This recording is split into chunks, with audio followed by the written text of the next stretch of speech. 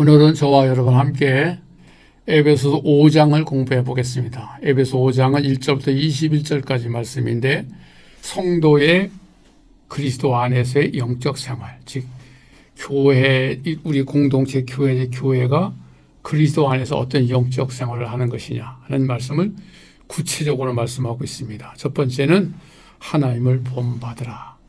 1절로 2절까지 말씀을 먼저 보겠습니다. 그러므로 사랑을 받은 자녀같이 너희는 하나님을 본받는 자가 되고 그리스도께서 너희를 사랑하신 것 같이 너희도 사랑 가운데 행하라. 그는 우리를 위하여 자신을 버리사 향기로운 제물과 생제물로 하나님께 드리셨느니라.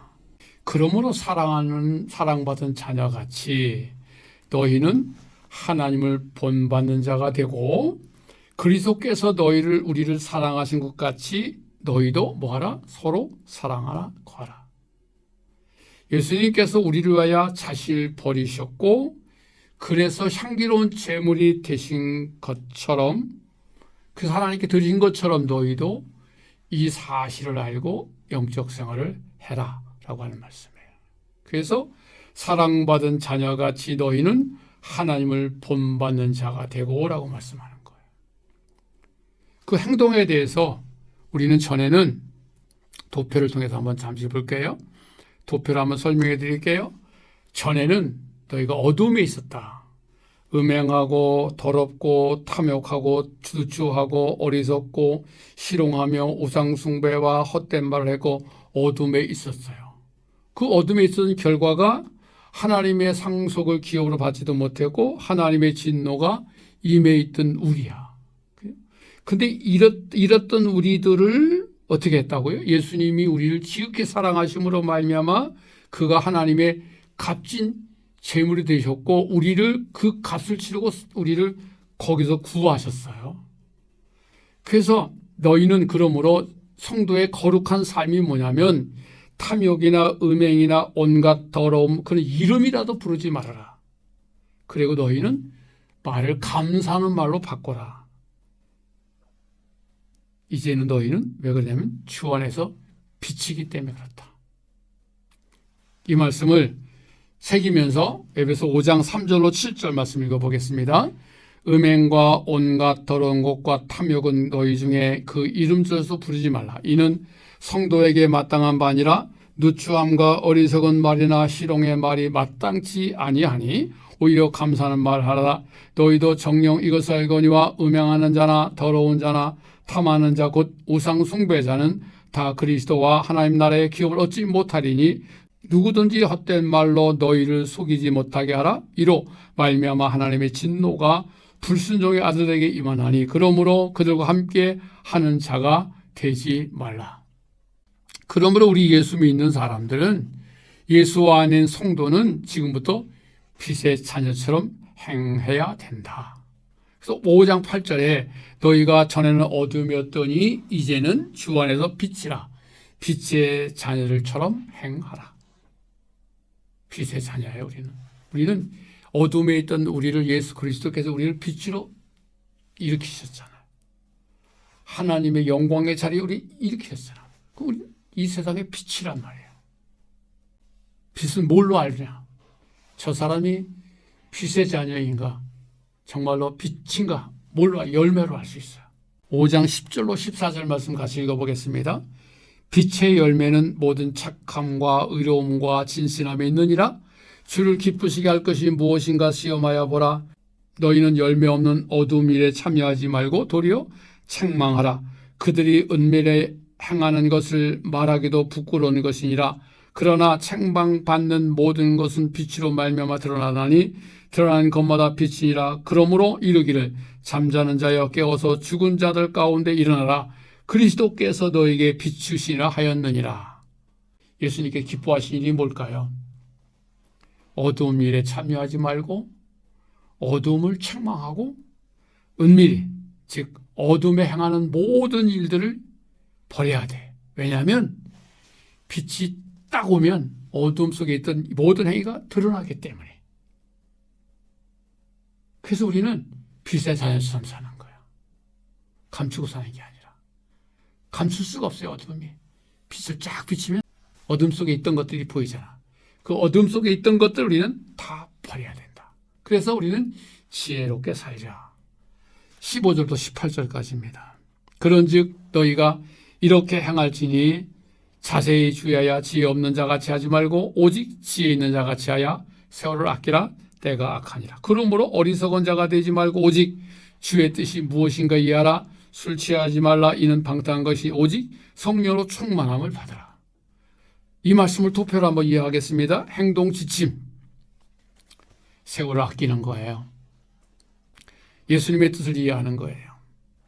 그리고 성령의 충만을 받아야 돼. 또한 마음으로 주 예수를 찬미해야 됩니다. 하나님께 감사하고 피차 서로 간에 존경하고 복종해 주는 거예요. 서로 뜻을 따라주는 거예요. 그 이유가 뭐냐? 세월을 아끼는 이유는 때가 악하기 때문에 그래. 예수님의 뜻을 이해해야 될 이유가 뭐냐?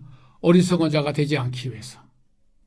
성령을 충만하게 받아야 되려면 술 취하면 안 되기 때문에.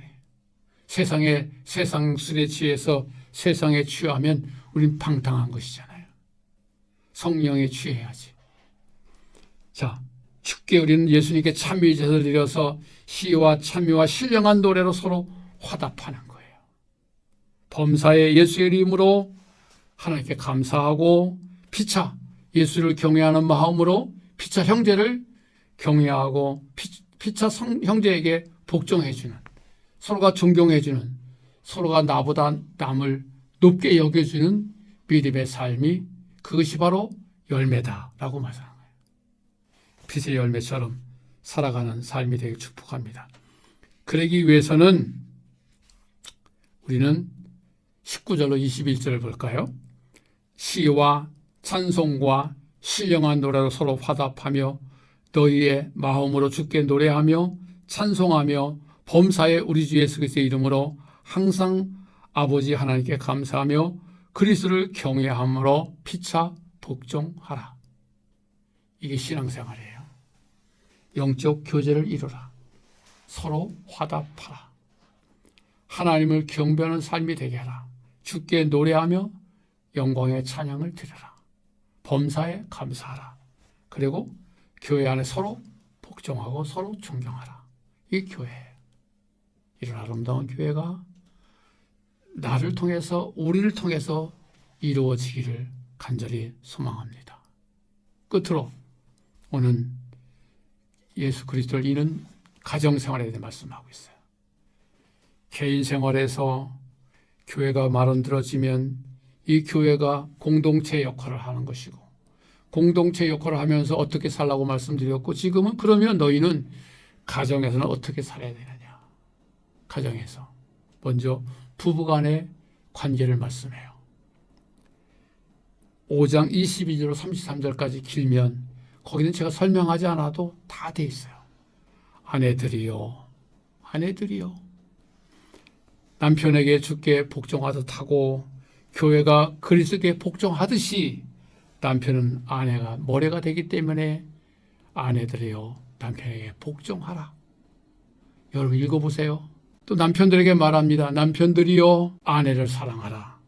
그리스도께서 교회를 사랑하사 자신의 몸을 주신 것처럼, 도표를 한번 제가 설명해 드릴게요.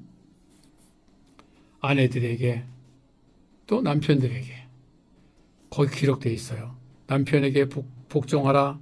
복종의 척도는 예수님께 하라 하더라. 복종의 이유는 예수께서 교회의 머리 되시기 때문에 이와 같이 남편은 아내의 머리가 되기 때문에 그렇다. 복종의 한계는 교회가 예수님께 복종하듯이 남편을 존경하라는 거예요. 자, 계속해서 도표로 설명해야 됩니다. 아내를 사랑하라. 누구에게? 남편들에게. 사랑의 척도가 뭘까요? 예수께서 교회를 사랑하듯이 희생으로 희생적 아가페하라는 거예요. 그 다음에 중생과 칭의와 성과 영화의 과정에서 티 없이 사랑하라. 성장하는 과정 속에서 아내를 사랑할 때 아무런 티가 없이 사랑하라.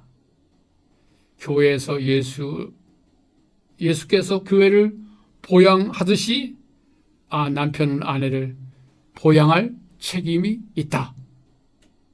이게 부부의 가정생활을 기준임을 아시고 그렇게 가정에서 아름다운 부부가 되어지길 축복합니다. 다시 한번 읽어보시고 또 읽어보셔서 내가 하나님을 본받는 자가 되어 이성의 빛으로 왔으니까 이 빛을 내 형제들에게, 내 이웃에게, 내 자녀들에게 비추는 그런 사람이 되야겠다. 그러기 위해서 내가 먼저 영적으로 깨어있고 그리고 남편에게 복종하고 아내에게 사랑하고 그래서 가정에 든든한 기초를 딱 세우면 그 후에 6장에서 자녀들에게 대한 예가 나오고 너희가 사회생활 할 때 어떻게 하며 그리고 너희가 그렇기 위해서는 하나님의 전신갑주를 입어야 되느니라 라고 에베소 6장의 말씀이 마치는 거예요. 여러분들 이 5장 말씀을 읽고 또 읽고 또 읽고 이 말씀이 하나님의 은혜 안에서 우리 속에 늘 새겨두도록 그렇게 정리하시고 하나님의 은혜 안에 사는 우리 모두가 되길 축복합니다. 감사합니다.